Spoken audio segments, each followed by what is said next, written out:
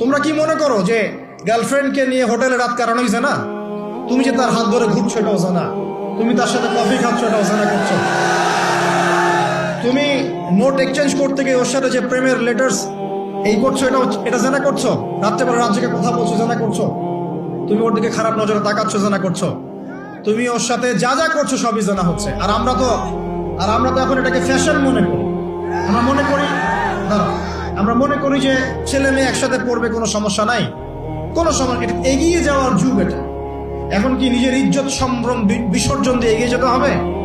আমরা দেখছি, কয়েকদিন আগে দেখলাম একটা বিখ্যাত একটা কলেজের কথা দেখলাম, যেখানকার মেয়েদেরকে যৌন কাজে বাধ্য করা হচ্ছে। ইজ্জত বিক্রি করে কি অর্জন করতে যাচ্ছ তোমরা? নিজের ইজ্জত বিক্রি করে কিসের সার্টিফিকেট অর্জন করতে যাচ্ছ তোমরা? সুবহানাল্লাহ। আর এখনকার জরিপ ভয়াবহ। এখন অ্যাডাল্ট ছেলেদের মধ্যে 10 জনের মধ্যে 5 জন বিয়ের আগেই যৌন সম্পর্ক করেছে। দেধারসে আপনারা জানা করছেন, গার্লফ্রেন্ড বয়ফ্রেন্ড অ্যাফেয়ার্সে যাচ্ছেন, ঠিক আছে, পতিতালয়ে যাচ্ছেন।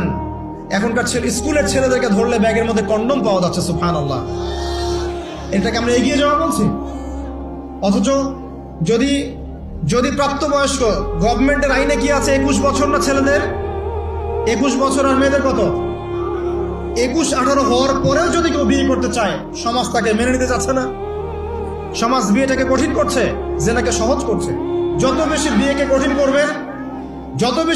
কঠিন করবেন জেনা তত বাড়তে থাকবে। আর বিয়ের সময় দেখা যায়, মনে হয় যে মেয়ের বাবা মেয়েকে বিক্রি করছে, আর ছেলের বাবা হচ্ছে একটা মেয়ে কিনছে।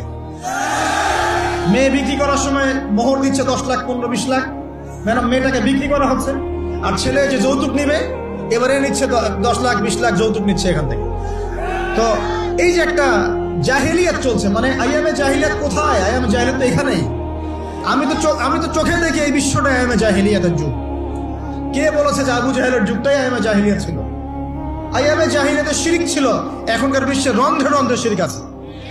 আইয়ামে জাহিলিয়াতের মধ্যে সুদ ছিল, সুদ, এখন সারা বিশ্বে রন্ধ্রে রন্ধ্রে সুদ। আইয়ামে জাহিলিয়াতে মাদক ছিল, মাদক, এখনকার দেখেন এই যে বর্ডার এলাকা না, এগুলা দেখবেন বর্ডার এলাকায় মাদক দিয়ে ভর্তি। শুধু এখানকার সমস্যাটা এটা, এখানকার সমস্যা না, যে কোনো জায়গার বর্ডারেই সমস্যা। মাদক দ্রব্য খাচ্ছে মুসলিমরাই। সে জানে না একবার মাদক দ্রব্য সেবন করলে 40 দিন নামাজ কবুল হয় না। কেউ যদি মাদক দ্রব্য সেবন করে এবং এই অবস্থায় সে মৃত্যুবরণ করে, রাসূলুল্লাহ সাল্লাল্লাহু আলাইহি ওয়াসাল্লাম বলেছেন তাকে আল্লাহ পাক তিনাতুল খাবাল পান করাবে। সাহাবীরা জিজ্ঞাসা করছেন, তিনাতুল খাবাল কি ইয়া রাসূলুল্লাহ? নবীজি বলছেন, এটা জাহান্নামীদের রক্ত, মাংস, পুজের একটা মিশ্রণ, একটা পানীয়। আমরা কি খেতে চাই? আজকে থেকে তওবা করবেন, কোন রকম মাদক দ্রব্যের সাথে সংশ্লিষ্ট থাকবেন। আল্লাহ পাক হেফাজত করুন, আমিন।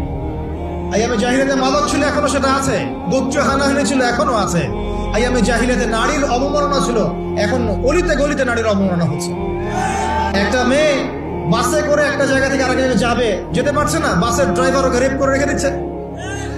ঢাকা শহরের মধ্যে এক জায়গা থেকে আরেক একটা মেয়ে যাবে, রাত্রেবেলা কাজ শেষ করে যেতে পারছে না, বাসের কন্ট্রাক্টর হেল্পার মিলে ওকে রেপ করে রেখে দিচ্ছে। কোথায় মেয়ের স্বাধীনতা? কোথায় মেয়ের ইজ্জতের স্বাধীনতা আছে? একজন বড় ক্ষমতাধর ব্যক্তিও তার স্ত্রীকে রাস্তায় একা ছাড়তে সাহস পাচ্ছেন না। এখন না জানি কি হয়ে যায় রাস্তা ছাড়, তাহলে কোথায় নারীর স্বাধীনতা? কি বুঝাচ্ছেন?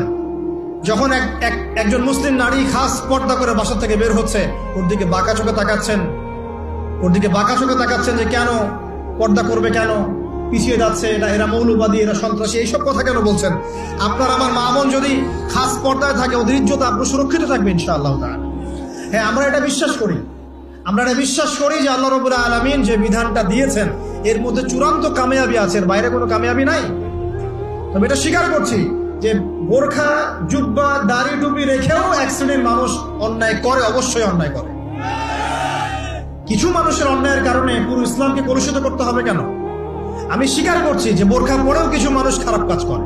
আমি স্বীকার করছি দাড়ি টুপি পাগড়ি জুব্বা নিয়েও মানুষ খারাপ কাজ করে না? কিছু মানুষের খারাপ কাজের কারণে কি আমরা পুরো ইসলামটাকে কলুষিত করবো নাকি? আল্লাহ পাক বিধান দিয়েছেন পর্দা। প্রিয় মা বোন, পর্দা অবশ্যই করবেন। আপনার পোশাকটা এমন হবে না যে পোশাকটা পরেও আপনার দেহের কাঠামো বোঝা যায়, এটা চলবে না।